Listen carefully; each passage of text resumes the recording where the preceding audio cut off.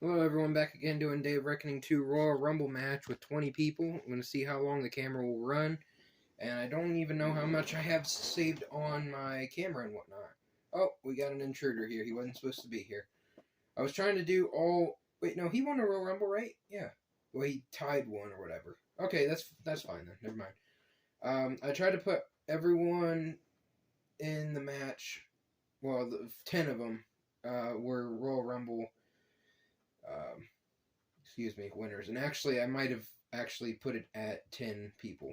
Because I did 10, then I went to 20, then I went back to 10, I believe. Because I wanted to make sure we could get a decent amount of content actually done. If I did 20, I didn't think it'd be done in time. But I'm going to throw on some background noise here. Hopefully you guys will learn some stuff. Pretty important stuff to listen to. So, thank you guys for watching. Love you guys. Hope you guys are having a good day. Turn to the AT&T data breach that dumped millions of customers. So touchy.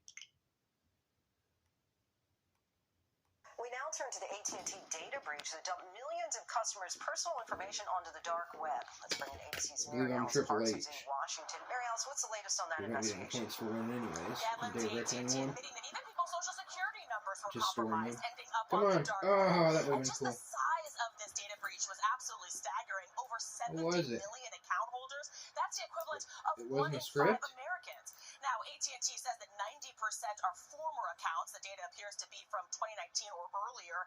AT&T says they're reaching out to those former customers, resetting the passcodes for current account holders. This is why you don't involve yourself with banks and all the company says they have not identified the source yet. Don't involve yourself with corporations and big business, big technology, but Lindsay, of course, big pharma, in February, service was impacted for many hours for many. You're giving all your rights and all your information away for them to use.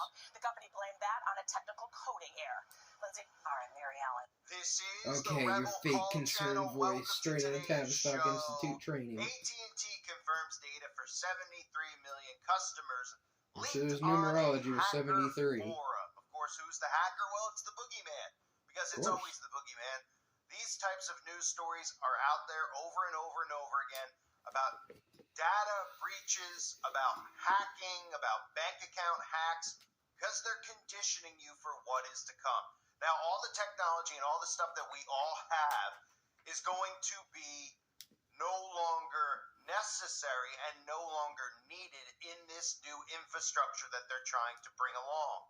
The new infrastructure runs on the Internet of Bodies, okay? So all the technology that you're used to having in your day-to-day life, your earbuds, your cell phone in hand, your iWatch, your Fit bracelet, all these wearables as well as the cell phones in general are going to be transitioned inside of you. So ultimately it starts with a lot of these stories about hacking, about your personal data being hacked by some boogeyman that nobody knows of, who apparently just wants everybody's information. Now, what these stories will lead to are, of course, false flags involving data breaches. You'll hear more and more stories about people's bank accounts getting drained to zero because these companies out there lost your data. Thus, some guy apparently in the middle of a factory somewhere in Russia or China wanted to hack in and get all your stuff and get your personal info. Of course, they'll make it about money and everybody will believe it. But what this is ultimately about is transitioning you and making you fearful of the current technology, because, again, the current tech that's in place was put in place. If you're worrying, know there's someone working relentlessly. If you're questioning,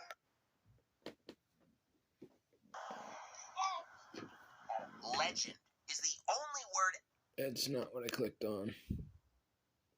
Lost your data, thus some guy apparently in the middle of a factory somewhere in Russia or China wanted to hack in and get all your stuff and get your personal info. Of course, they'll make it about money and everybody will believe it. But what this is ultimately about is transitioning you and making you fearful of the current technology, because, again, the current tech that's in place was put in place to get you conditioned to depend and put all of your eggs in the basket of technology, right?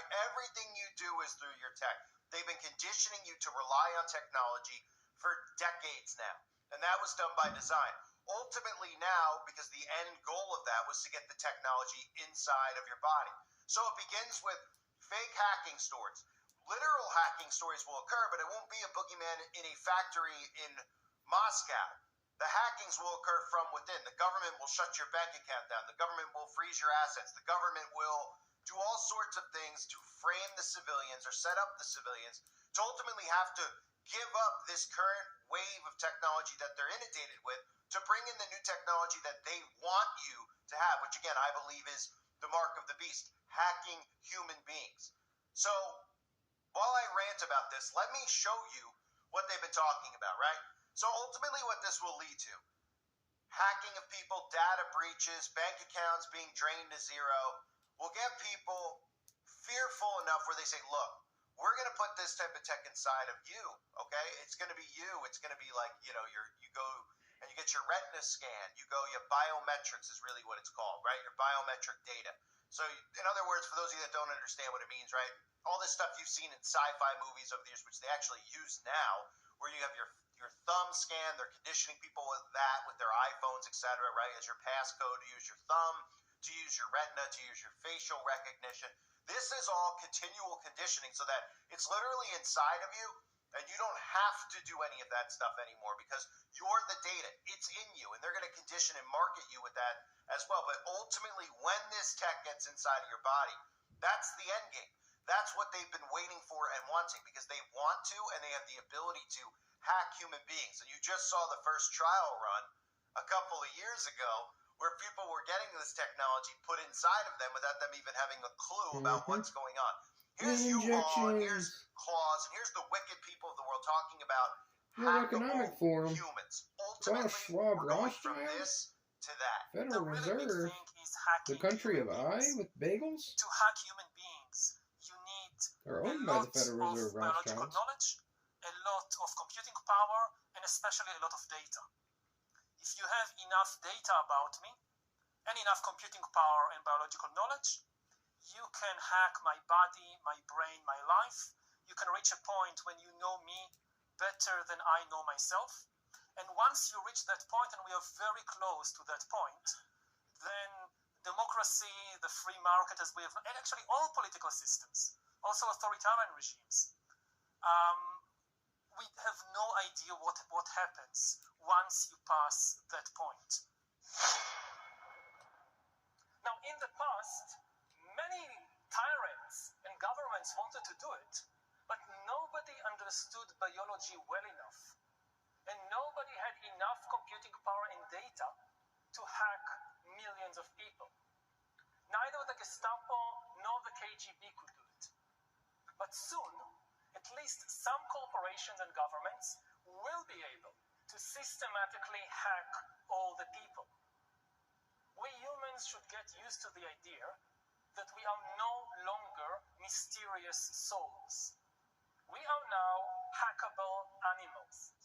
Data might enable human elites to do something even more radical than just build digital dictatorships. By hacking organisms, elites may gain the power to re-engineer the future of life itself. Because once you can hack something, you can usually also engineer it. And if indeed we succeed in hacking and engineering life, this will be not just the greatest revolution in the history of humanity. This will be the greatest revolution in biology since the very beginning of life 4 billion years ago. For 4 billion years, nothing fundamental changed in the basic rules of the game of life. All of life, for 4 billion years, dinosaurs, amoebas, tomatoes, humans, all of life was subject to the laws of natural selection and to the laws of organic biochemistry. But this is now about to change. Science is replacing evolution by natural selection with evolution by intelligent design. Not the intelligent design of some god above the clouds, but our intelligent design and the intelligent design of our clouds, the IBM cloud, the Microsoft cloud. These are the new driving forces of evolution. And at the same time, science may enable life, after being confined for 4 billion years to the limited realm of organic compounds, science may enable life to break out into the inorganic realm. So after 4 billion years of organic life shaped by natural selection, we are entering the era of inorganic life shaped by intelligent design. So does the data about my DNA, my brain, my body, my life, does it belong to me, or to some corporation, or to the government, or perhaps to... Make a pit stop at Raising Cane's and satisfy your craving for hand-battered, cooked-to-order chicken fingers, even faster when you order online. To the human collective. Yeah. Humans are now hackable animals. You know, the whole idea that humans have, you know, this, they have this soul or spirit and they have free will and nobody knows what's happening inside me. So whatever I choose, whether in the election or whether in the supermarket, this is my free will, that's over. Free will, that's over.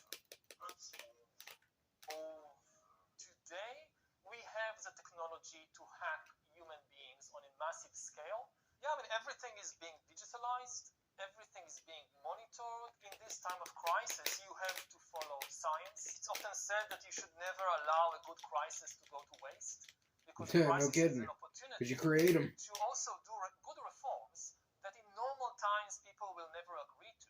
But in a crisis, you see, we have no chance. So let's do it. Vaccine won't help us go the to vaccine the test, of course. Will help us, of course. It will make things, you know, more manageable. Surveillance. People could look back in 100 years and identify the coronavirus epidemic as the moment when a new regime of surveillance took over, especially surveillance under the skin, which I think is maybe the most important development of the 21st century, is this ability to hack human beings, to go under the skin, collect biometric data, analyze it, and understand people better than they understand themselves. This, I believe, is maybe the most important event of the 21st century. One of the features of this fourth industrial revolution is that it doesn't change. Klaus Rothschild! Ha ha! I took a super kick, counter you, and still win. Industrial revolution is it doesn't change what you are doing. I'm just gonna taunt. You guys go ahead and be on each other. Genetic editing, just as an example, it's you Fine, who are Buster. changed, and of course this has you a big missed. impact on your identity.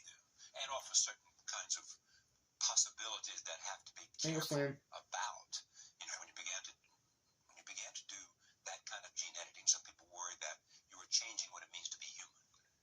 That's the problem, and of course, the new industrial revolution offers us many opportunities, but it raises manifold questions on the ethical, but even legal implications. And we have to be prepared for it, and that's what we want to do in Davos next year. So this fourth industrial revolution is, it doesn't change what you are doing, it changes you. If you take genetic editing, just as an example, it's you who are changed. So again, they want to be able to hack human beings, but the only way they're going to be able to hack human beings is by being inside of you, being able to edit your genetic structure, your genetic code. And ultimately, again, that's what this is all about. But to get to that point, to get inside of you, to get you to willingly do this biometric, science experiment that they want to do on people, to get you to have blockchain embedded in you, right? Remember the stories I've covered in the past? Probably most of you don't, but I've covered many times. I probably should just start talking as if nobody's listening anymore because no one's even here anymore. So they've talked about blockchain for those of you that don't know. Oh, you scrubs. People's bodies. Blockchain, of course, Trap me. It's crucial in the implementation of crypto and digital currency, right? I got enough finishers for both of you. In you and embedded in your Please be on genetic each other. structure. Thank you. They talked about experiments with mice and eventually human beings, and all this stuff can be done because your bulky wallet is just too difficult to carry around. And of course, we have to always be fearful of hacking. So you're going to constantly hear stories about hackings, and we have over the last couple of years. Because it becomes more and more believable to people without even having a boogeyman to blame it on. The boogeyman is the picture you always see, right? A guy with a hoodie, right? You can't see his face, and he's sitting in a dark room on a computer, right? What do you think all these images about it we've seen over the years over and over and over again, right? The same like the alien invasion, where we always see the image of Aleister Crowley's Lom, the demon alien, right? They've just made up what an alien looks like, even though they've apparently never seen one. I mean, it's an utter joke, right? Same with this, right? This is the guy that we're always supposed to think of because we've had this ingrained in our minds that when we hear of a 73 million customer leak and a hack from AT&T, that it's this guy, with a hoodie on, who apparently wants all of our information, right? This gives the government ample opportunity to seize assets, to freeze bank accounts, to shut off bank accounts, put bank accounts at zero, to steal your money. And of course, ultimately, if we're talking about global communism, what they need to do in America to bring it to its knees is not just destroy the economy by inflation, etc. There's going to be many things like this that go on where people don't have the money anymore and the banks go, we don't know what to do. I mean, somebody hacked us. So, it's a national threat now. It's a national security threat. There's nothing we can do. And everyone out there is just going to shrug their shoulders after being upset for a few weeks when they realize that their life savings is gone. The government does not care at all. Okay?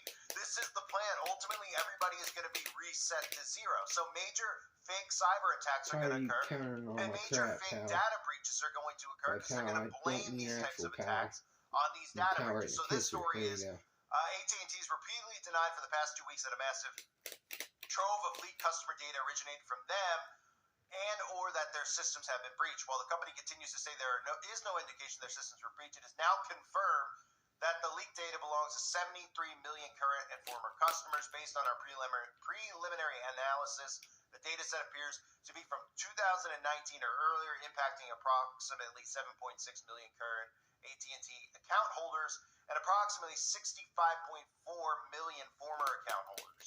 Okay? So the company further says that the security passcodes used to secure accounts were also leaked for 7.6 million customers. So ultimately, they're going to use this type of fear. That's why you've heard this stuff over the years, right? How many times have you heard driving in your car or listening to the radio or just an ad on a podcast about your identity being stolen, right? This has been conditioned into us for a while now. Oh, get Norton Security. Oh, your ID's been stolen. Well, get this to protect yourself. It hasn't been about selling these things to you. It's been about conditioning you into being fearful that somebody's going to get your Social Security, somebody's going to get this stuff, and be able to hack and do these things. Now, whoever that, they want you to believe it's a boogeyman, but that'll obviously be the government who's doing this deliberately, because what they ultimately want is for you not just to be dependent on technology like you are now. That was the first phase. The next phase is for you to embed this technology into your genetic code. Dude, whatever. Thus altering you being a you human know being. everything, dude. You took 4 pedigrees. Iron in clay in the book of Daniel, in chapter 2, verse 43. And whereas thou sawest iron mixed with miry clay, they shall mingle themselves with the seed of men, but they shall not cleave one to another, even as iron is not mixed with clay. Okay, mixing with technology into the human flesh, into our bodies, changing who you are. That's what Klaus Schwab was talking about, changing who you are. Okay, so ultimately what you saw is the plan to get you off of regular tech and into what will be real hackable tech. Because they'll tell you by getting this technology that nobody can seize your bank account. And I don't get points. Thanks for watching, guys. Love you guys. Bye.